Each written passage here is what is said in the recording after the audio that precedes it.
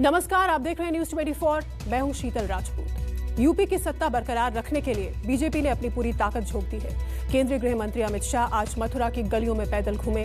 उधर आजम खान का जिक्र कर समाजवादी पार्टी की पिछली सरकार को माफिया राज का नाम दिया। नोएडा में भी अमित शाह ने अखिलेश यादव पर निशाना साधा। मथुरा से आई ये तस्वीरें पश्चिमी यूपी में बीजेपी की चुनावी रणनीति की गवाही दे रही हैं। केंद्रीय गृह मंत्री ने सबसे पहले बांके बिहारी मंदिर में पूजा की, फिर जनता जनार्दन का आशीर्वाद लेने के लिए गलियों में दाखिल हो गए। मथुरा की जनता का मूड क्या है, पश्चिमी यूपी के वोटर क्या चाह रहे हैं, इसका सटीक जवाब तो चुनावी नतीजों में ही मिल पाएगा। लेकिन सोशल मीडिया पर वायरल कई तस्वीरें इस बात की तस्दीक कर रही हैं कि लोगों में सत्ताधारी बीजेपी के खिलाफ भारी नाराजगी है। बीजेपी विधायकों, उम्मीदवारों और उनके लिए वोट मांगने वालों का लोग खुलकर विरोध कर रहे हैं। बीजेपी के लिए वोट मांगना मुसीबत बन चुकी है। बीजेपी के आला नेताओं को ये बात अच्छी तरह मालूम है कि पश्चिमी यूपी की सियासी जमीन बीजेपी के लिए लगभग बंजर हो चली है और यहाँ फिर से कमल खिलाने के लिए हिंदुत्व के सिवा कोई और नारा चल नहीं सकता। लेकिन किसान आंदोलन के कारण जाटों और मुसलमानों के बीच जो भाईचारे की भावना बनी है, वो बीजेपी के हिंदुत्व की राह में रोड़े अटका रही है। यही वजह है कि जनता जनार्दन से मिलने से पहले केंद्रीय गृह मंत्री अमित शाह ने पार्टी कार्यकर्ताओं का मन टटोला और उन्हें इस मुश्किल के हल के टिप्स भी दिए। मथुरा में आयोजित जनसंवाद कार्यक्रम के जरिए अमित शाह ने दावा किया कि यूपी का चुनाव सिर्फ एक मुख्यमंत्री बनाने का चुनाव नहीं, बल्कि भारत के भाग्य का चुनाव है। चाहे चुनाव 14 का हो, 17 का हो, 22 का हो, व्रज के डिब्बे जब खुलते हैं सिर्फ कमल ही कमल दिखाई दे। मैं तीनों चुनाव में भारतीय जनता पार्टी के साथ यहां जुड़ा रहा।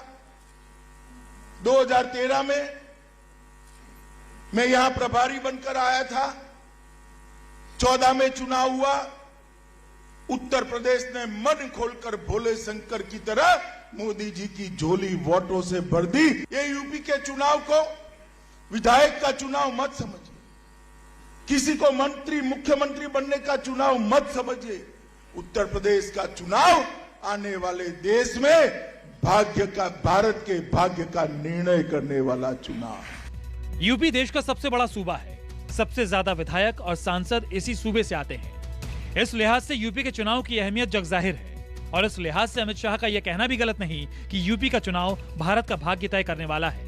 लेकिन ये बात तो विपक्षी दल भी कह रहे हैं, क्योंकि उनकी नजर में ये चुनाव देश की गंगा जमुनी तहजीब को बचाने का चुनाव है। बकौल अखिलेश यादव, बीजेपी चुनाव जीतने के लिए समाज में खाई पैदा करती है, हिंदू मुस्लिम भाईचारे को खत्म करती है।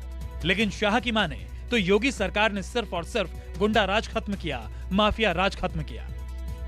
उत्तर प्रदेश को हम सब जानते हैं, मगर तनिक मैं 5 साल पहले ले जाना चाहता हूं। समाजवादी की पार्टी की सरकार थी।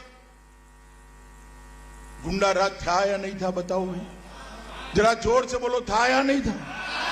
बाहुबली परेशान करते थे या नहीं करते? बहन बच्चियों को सम्मान, उसका अपमान होता था या नहीं होता था? भारतीय जनता पार्टी की सरकार आई। जो बाहुबली से पहले पुलिस डरती थी, वो पुलिस से डरकर गले में पट्टी लगाकर सरेंडर कर रहे हैं, सरेंडर कर रहे हैं।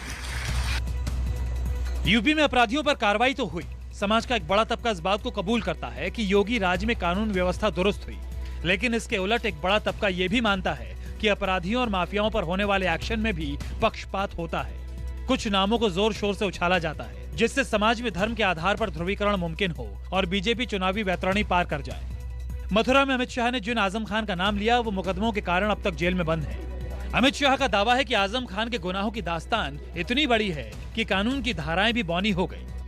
लेकिन आजम खान के खिलाफ मुकदमा दायर करने वाले आकाश सक्सेना भी इस बात को कबूल कर रहे हैं कि उनमें कई मुकदमे बेहद मामूली हैं, जिनमें भैंस और बकरी चोरी तक के आरोप हैं। हालांकि आकाश सक्सेना को मुकदमा दर्ज कराने का नाम मिला है और वो अब रामपुर सदर सीट से आजम खान के खिलाफ बीजेपी के उम्मीदवार बनाए गए हैं। हाल ही में 43 मुकदमों से बरी होकर 2 साल बाद सीतापुर जेल से बाहर आए आजम खान के बेटे अब्दुल्ला आजम ने भी इन मुकदमों को हास्यास्पद बताया, बदले की कार्रवाई करार दिया। जो वहाँ के यतीम खाने के लोग थे, उनकी जीविका थी बकरी। बकरी का दूध बेच बेच कर वो अपनी जीविका चलाते थे। भैंस का दूध बेच बेच के वो अपनी जीविका चलाते थे। रातों रात समाजवादी पार्टी के कार्यकर्ताओं ने यहाँ पर जो सीओ था आले हसन, उसने और आजम ने मिलकर उन गरीबों के अपने जो घर थे उनको रातों रात खाली करवाया अपना साम्राज्य को बड़ा करने के लिए। जब उन गरीबों का घर करवाया तो उनकी जो बकरियां थीं, उनके जो भैंसे थे, उसको वहाँ से वो ले गए। हम चोर हैं, हम बकरी चोर हैं, हम भैंस चोर हैं, हम मुर्गी चोर हैं, हम मिट्टी चोर हैं, हम किताब चोर हैं, हमने शराब की बोतलें चुराई हैं, हमने 16,600 रुपये गले से एक दुकान की लूटे। हम तो चोर हैं, हम कहाँ बड़े आदमी हैं, हम तो बहुत छोटे आदमी। अगर बड़े आदमी होते तो जेल में होते। चोर हैं। अब जब हम बकरी और भैंस चुरा सकते हैं, और ये बड़े अफसोस की बात है, बहुत अफसोस की बात है। मतलब जुल्म भी हुआ तो इतने निचले स्तर का। भैंस चोरी, बकरी चोरी, भूमाफिया। समाजवादी पार्टी की पिछली सरकार में सीएम अखिलेश यादव के बाद सबसे ताकतवर चेहरा आजम खान को ही माना जाता था। आजम खान अपने बेबाक बयानों के कारण हमेशा बीजेपी के निशाने पर रहे। कई बार विवादित बयानों की वजह से भी उन्होंने सुर्खियां बटोरी, लेकिन सरकार बदलने के बाद यही शख्सियत उन पर भारी पड़ गई। यूनिवर्सिटी की जमीन से जुड़े विवाद के बाद मुकदमों का एक अध्याय शुरू हुआ और लगातार उसमें नए पन्ने जोड़ते चले गए। बीजेपी नेताओं ने भी आजम खान की शख्सियत पर लगातार हमला किया। फिलहाल उनकी सियासी पहचान यही है कि 100 से ज्यादा मुकदमों के आरोपी हैं। लेकिन चुनाव तो हर 5 साल बाद आते हैं और सवाल उनसे पूछे जाते हैं जो सत्ता में होते हैं। ऐसे में इस चुनाव में अखिलेश यादव और मायावती के शासनकाल का जिक्र क्यों हो रहा है? बीजेपी योगी सरकार की उपलब्धियों को मुद्दा क्यों बना रही है? 2022 की लड़ाई में 2017 और 2012 की याद क्यों दिलाई जा रही है? प्रशांत देव, मथुरा, न्यूज़ 24। उधर यूपी के चुनावी दंगल में आम आदमी पार्टी ने अपना घोषणा पत्र जारी कर दिया है। 17 पन्नों के इस गारंटी पत्र में पार्टी ने समाज के सभी तबकों के लिए घोषणाओं की झड़ी लगा दी है, टिपिकल आम आदमी पार्टी स्टाइल में। इधर आरएलडी अध्यक्ष जयंत चौधरी ने बीजेपी के गठबंधन वाले ऑफर को ठुकरा दिया है। 5,000 रुपए बेरोजगारी भत्ता देंगे तो हमने उसका भी आंकड़ा निकाला। 20,000 करोड़ रुपए में 5,000 तक बेरोजगारी भत्ता उत्तर प्रदेश के नौजवानों को दिया जा सकता है। हमने 1,000 रुपए माताओं बहनों को देने का ऐलान किया है। किसानों के फसल का दाम 24 घंटे में देने की बात कही है। यूपी के चुनावी दंगल में जोर आजमाइश कर रही आम आदमी पार्टी ने वोटर्स के सामने वादों और घोषणाओं का पिटारा खोल दिया है। रोजगार और बेरोजगारी भत्ते के साथ ही पार्टी ने किसानों को लुभाने की भी भरपूर कोशिश की है। बिजली फ्री देंगे 300 यूनिट तक, तो हमने आंकड़ा निकाला 19,000 करोड़ रुपए का खर्च करके 5,80,000 करोड़ के बजट से 19,000 करोड़ निकाल के हम यूपी के सभी बिजली उपभोक्ताओं को 300 यूनिट बिजली फ्री दे सकते हैं। नंबर 1। यूपी की सियासत में मुख्य मुकाबला बीजेपी और समाजवादी पार्टी का लग रहा है, जिसमें जाट वोटर्स को साधने के लिए बीजेपी ने जयंत चौधरी को गठबंधन का ऑफर दे दिया है। लेकिन जयंत का कहना है कि जिस बीजेपी ने किसानों पर अत्याचार किए, उसके साथ सियासी रिश्ते का सवाल ही पैदा नहीं होता। जयंत जी एक अच्छे युवा नेता हैं, उनमें काफी जोश है। एक ऐसे परिवार से आते हैं जिनका किसानों के लिए काफी संघर्ष रहा है, तो वो जोश में क्या बोल रहे हैं ये तो मैं उस पर कोई टिप्पणी नहीं करना चाहता। मगर अभी तो इलेक्शन शुरू हो गया है। हमारे गृह मंत्री जी ने कोई आज ही उनको नहीं बुलाया है कि आज ही आ जाइए। उन्होंने कहा है कि वो उन्होंने एक गलत घर को चुन लिया है, यानी इलेक्शन तो शुरू हो गया है। अब इलेक्शन के बाद में देखेंगे। एक अच्छा युवा नेता अगर हमारी पार्टी में आता है, इलेक्शन के बाद आए, 2 साल बाद आए, 3 साल बाद आए, उसका हमेशा स्वागत है। कोई इंसानियत रखने वाला कोई भी इंसान इस तरह की वारदात नहीं होने देगा। इस तरीके से आप किसानों को रोक के वो गाड़ियां चाहिए, और आज भी वो लोग मंत्री बने बैठे हैं। आज भी सुशोभित किया जाता है, उनको मंचों पे उनका सम्मान रखा जाता है। ये लोग कहाँ थे जो आज आपसे उम्मीद कर रहे हैं, मुझसे उम्मीद कर रहे हैं? जो सम्मान और मान पश्चिमी उत्तर प्रदेश का जब यहाँ अगर कोई भी लखनऊ जाता है, पूर्व की सरकारों में नहीं दिया जाता था। आप हमें ताकत देंगे, आप लोकदल के चुनाव चिन्ह को ताकत देंगे, आप गठबंधन को ताकत देंगे। मेरा वादा है, विश्वास कीजिए, पूरा मान सम्मान यहाँ भदौली से जाके लखनऊ जाएगा, उसे दिखाई देगा। बीजेपी का ऑफर ठुकराने के साथ ही जयंत चौधरी ने यह भी कह दिया है कि अगर बीजेपी को पश्चाताप करना है तो वो उन 700 किसानों के परिजनों के पास जाएं, जिनकी जान किसान आंदोलन के दौरान चली गई। मानस श्रीवास्तव, लखनऊ, न्यूज़ 24। अगली खबर का रुख करते हैं। आरआरबी एनटीपीसी के नतीजों में कथित धांधली और लापरवाही के साथ रेलवे की ग्रुप डी नौकरियों को लेकर जारी नोटिफिकेशन के बाद जो विवाद पैदा हुआ वो थमने का नाम नहीं ले रहा। छात्र संगठनों ने इसके विरोध में शुक्रवार को बिहार बंद का ऐलान किया है और बिहार के विपक्षी महागठबंधन ने इसका खुलकर समर्थन किया है। छात्र मित्रों से निवेदन करना चाहूंगा कि रेलवे आपकी संपत्ति है। आप जिस परीक्षा को देकर रेलवे की सेवा में जुड़ना चाहते हैं, आप रेलवे के भविष्य हैं। आप अपनी संपत्ति को संभाल के रखें।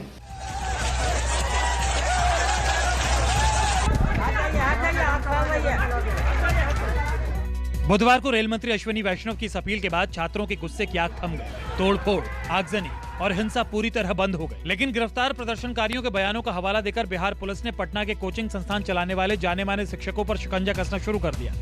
पुलिस ने पटना में कोचिंग संस्थान चलाने वाले Khan sir, SK Jha sir, Naveen sir, Amarnath sir, Gagan Pratap sir, Gopal Verma sir जैसे कई टीचर्स के खिलाफ पत्रकार नगर थाना में मामला दर्ज कर लिया है। मामला दर्ज होने के बाद खान सर के साथ साथ सभी कोचिंग संस्थान बंद हैं और वहां सन्नाटा पसरा हुआ है। इस वक्त देखिए खान सर के जीएस रिसर्च सेंटर के पास है और यहाँ पे ताले बंद है, लेकिन कुछ स्टूडेंट्स जो हैं यहाँ पे हैं, उनसे हम बात करते हैं। कल के मामले में कल आपको पता चला होगा कि FIR दर्ज किया गया है। क्या किस कार्रवाई को आप किस रूप में देखते हैं? सर जो हुआ ये अच्छा नहीं हुआ, इसमें खान सर कोई इन्वॉल्व नहीं है। जो भी कांड हुआ है इसके लिए स्टूडेंट खुद अपना प्रोटेस्ट कर रहे थे अपनी मांगों को लेकर। पटना समेत बिहार के कई जिलों में मंगलवार और बुधवार को छात्रों ने रेल का चक्का जाम किया और कई जगहों पर पुलिस के साथ उनकी झड़पें भी हुई थी। गुस्साए छात्रों ने कानून को ठेंगा दिखाते हुए आरा और गया ट्रेन भी फूंक दी, जिसके बाद पुलिस ने हॉस्टल और लॉज में रह रहे छात्रों से पूछताछ के दौरान मारपीट की थी। यूपी के प्रयागराज की तरह पटना में भी पुलिस ने छात्रों की पिटाई की थी। आम आदमी को मार रहा है, देखते हैं। पुलिस लोग मतलब उधर से मतलब 4-5 जिप्सी मतलब जा रही थी रोड पे। उधर के भैया लोग थे दूसरे लॉज के और मतलब पत्थरबाजी सब जिप्सी पे कर रहे थे। जिप्सी लोग गुजरा तो मतलब लास्ट में उपेंद्र जी का मतलब जिप्सी जा रहा था SP का, उस पर पत्थरबाजी हुआ तो मतलब प्रशासन लोग आ चुके हैं। हालांकि रेल मंत्री के बयान के बाद ना तो छात्रों की ओर से कोई हिंसा की घटना सामने आई है, न ही पुलिस ने छात्रों के खिलाफ ताकत का बेजा इस्तेमाल किया है। लेकिन कोचिंग संस्थान चलाने वाले शिक्षकों पर FIR से शिक्षकों में भारी रोष है। कोचिंग एसोसिएशन ऑफ बिहार के सदस्यों ने इसी को लेकर पटना के SSP और कलेक्टर के साथ बैठक की। बैठक में प्रशासन ने भरोसा दिया कि FIR में शामिल कोचिंग संचालकों को अपना पक्ष रखने का पूरा मौका मिलेगा और फिलहाल उनमें से किसी की गिरफ्तारी नहीं होगी। हम लोग सारे बच्चों से बेसिकली अपील करना चाहते हैं कि रेलवे ने ऑलरेडी कमेटी फॉर्म कर दी है, उसमें सभी का राय मांगा गया है ईमेल के थ्रू भी, और DRM ऑफिस और ये जितने रेलवे रिक्रूटमेंट बोर्ड है वहाँ पे आपको देना है। हम लोग सारे बच्चे के साथ मिल करके उनके जो मांग है अपने तरीके से हम लोग रखेंगे भी, वो लोग डायरेक्ट भी अपना दे सकते हैं। पुलिस ने जिन शिक्षकों के खिलाफ FIR दर्ज की है उनमें से ज्यादातर अब मीडिया के सामने आने से बच रहे हैं। हालांकि कुछ शिक्षक सोशल मीडिया के जरिए समाज से मदद की गुहार लगा रहे हैं। कोचिंग संचालक और सामाजिक कार्यकर्ता खान सर ने ट्वीट किया, सभी शिक्षक मुश्किल में हैं, क्या आप हमारी मदद कर सकते हैं? इधर रोजगार के मुद्दे को सियासत के सेंटर में लाने की कोशिश कर रहे युवा हल्ला बोल के संयोजक अनुपम ने भी छात्रों पर शिक्षकों के खिलाफ दर्ज हो रहे मुकदमे का विरोध किया, तो साथ ही केस लड़ने में उनकी मदद का भी भरोसा दिया है। युवा आंदोलन को कुचलने के लिए जिस तरह छात्रों और शिक्षकों पर मुकदमे हो रहे हैं उसका हम विरोध करते हैं। युवा हल्ला बोल की लीगल टीम इन छात्र एवं शिक्षकों का केस लड़ेगी। आंदोलन के 3 ही परिणाम होते हैं, या तो अब थक जाएंगे, डर जाएंगे या जीत जाएंगे। हमें न थकना है न डरना है, बस जीतना है। इससे पहले एक और ट्वीट में युवा हल्ला बोल के संयोजक अनुपम ने लिखा, खबर मिल रही है कि छात्रों को ही नहीं अब तो उनके शिक्षकों को भी डराया धमकाया जा रहा है। नादान है वो सरकार जिसे लगता है कि युवाओं के आंदोलन को लाठी डंडे केस मुकदमों से लंबे समय तक कुचला जा सकता है।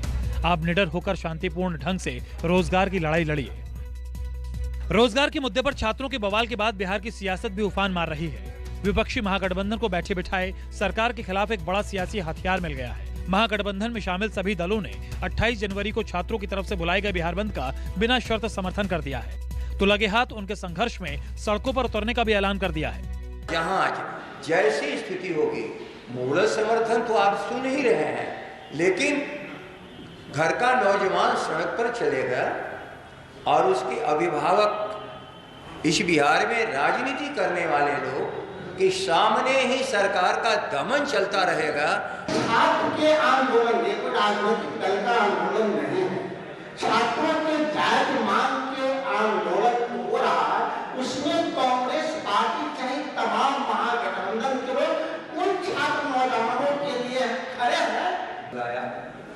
काफ़ी निंदनीय है। तो अभी महागठबंधन की बैठक हुई है, उसमें हम सबों ने छात्रों की जो मांग है उसका समर्थन किया है और छात्र संगठनों के जरिए, नौजवानों के जरिए कल जो बिहार बंद का आह्वान है। इधर छात्रों के आंदोलन से सत्ताधारी बीजेपी और जेडीयू बैकफुट पर नजर आ रही है। सीएम नीतीश कुमार की पार्टी जेडीयू छात्रों को संयम बरतने की सलाह दे रही है, तो साथ ही छात्रों के इस आंदोलन में विपक्षी साजिश की आशंका भी जता रही है। उत्तर प्रदेश और बिहार में अभ्यर्थियों के उग्र प्रदर्शन के बीच रेलवे एनटीपीसी CBT 2 और ग्रुप डी CBT 1 की परीक्षा को स्थगित करने का फैसला लिया है, तो साथ ही एक कमेटी का गठन भी किया है जो रिजल्ट पर पुनर्विचार करेगी। ये कमेटी 4 मार्च तक अपनी रिपोर्ट देगी, लेकिन आंदोलन में शामिल छात्रों ने इस कमेटी को बेमानी बताते हुए इसे सिरे से खारिज कर दिया है। आरआरबी और एनटीपीसी के रिजल्ट को लेकर छात्रों का बवाल घटने के बजाय बढ़ता ही जा रहा है। भले ही रेलवे ने इस पूरे प्रकरण में जांच कमेटी का गठन कर दिया हो, लेकिन आश्चर्य की बात है कि इस कमेटी में वैसे लोगों को शामिल किया गया है जो इस पूरे प्रकरण के लिए जिम्मेदार भी हैं। सहयोगी अमिताभ ओझा के साथ सौरभ कुमार, पटना, न्यूज़ 24। छात्रों का गुस्सा और विरोध तो समझ में आता है, लेकिन इसके साथ हिंसा को कतई जायज ठहराया नहीं जा सकता और ना ही इस पर होने वाली राजनीति को। एक छोटा सा ब्रेक, देखते रहिए नॉनस्टॉप 9।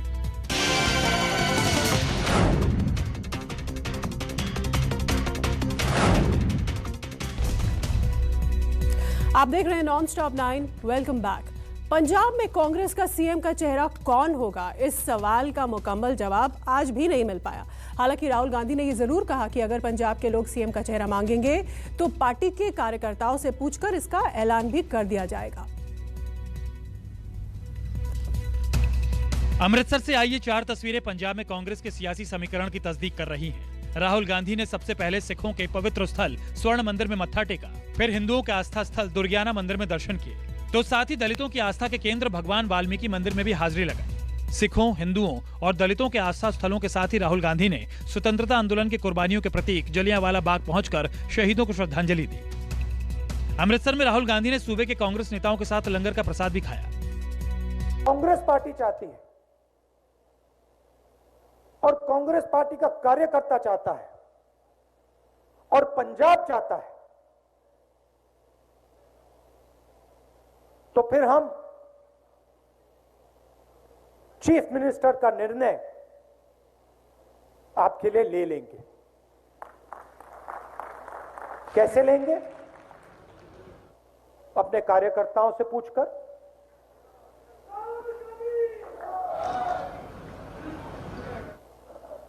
अपने कार्यकर्ताओं से पूछकर, और जो सही व्यक्ति होगा वो पंजाब को आगे ले जाएगा और दूसरा व्यक्ति और दूसरे सब लोग मिलकर एक टीम जैसे लड़ाई लड़ेंगे। अमृतसर से राहुल गांधी का कारवां जालंधर पहुंचा, जहां मीठापुर में उन्होंने एक डिजिटल रैली को संबोधित किया। बीजेपी और केंद्र सरकार पर जमकर निशाना साधा। जालंधर में राहुल गांधी ने उस सवाल पर भी चुप्पी तोड़ दी जो पंजाब में कांग्रेस को लेकर अब भी पहेली बनी हुई है। राहुल गांधी ने साफ किया कि अगर पंजाब के लोग सीएम का चेहरा मांग रहे हैं तो इसका भी ऐलान होगा, लेकिन ये फैसला पंजाब के कांग्रेस कार्यकर्ता से पूछकर ही लिया जाएगा। माना जा रहा है कि पंजाब में कांग्रेस मौजूदा मुख्यमंत्री चरणजीत सिंह चन्नी के चेहरे पर ही चुनाव लड़ेगी, लेकिन गाहे बगाहे नवजोत सिंह सिद्धू के बयानों से ऐसा लगता है कि वो भी एक प्रबल दावेदार है। वर्चुअल रैली के दौरान राहुल गांधी ने अपनी दोनों बातें रखी। सीएम चन्नी ने अपने कार्यकाल का हवाला देते हुए पूरे 5 साल की मांग की, तो वहीं सिद्धू ने भी कहा कि उन्हें दर्शनी घोड़ा न बना देना। पंजाब में दलित वोट बैंक पर अपनी पकड़ और मजबूत करने के लिए कांग्रेस ने पूर्व मुख्यमंत्री कैप्टन अमरिंदर को किनारे कर तमाम दावों के बीच चरणजीत सिंह चन्नी को मुख्यमंत्री बना दिया था। पार्टी ने संकेत दिया था कि पंजाब में कांग्रेस अब दलित सियासत को सबसे आगे लेकर चलेगी। जालंधर से अमित पांडे के साथ विशाल अंग्रीश, अमृतसर, न्यूज़ 24।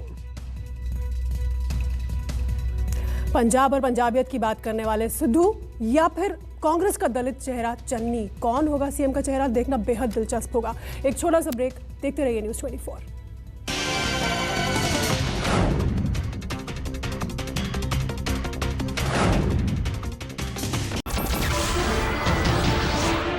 नमस्कार, मैं हूं मानक गुप्ता। अगर आपको हमारा ये वीडियो पसंद आया हो तो इसे लाइक और शेयर जरूर करें और हां, हमें सब्सक्राइब और फॉलो करना ना भूलें। ताकि आप देश और दुनिया की कोई खबर मिस ना करें।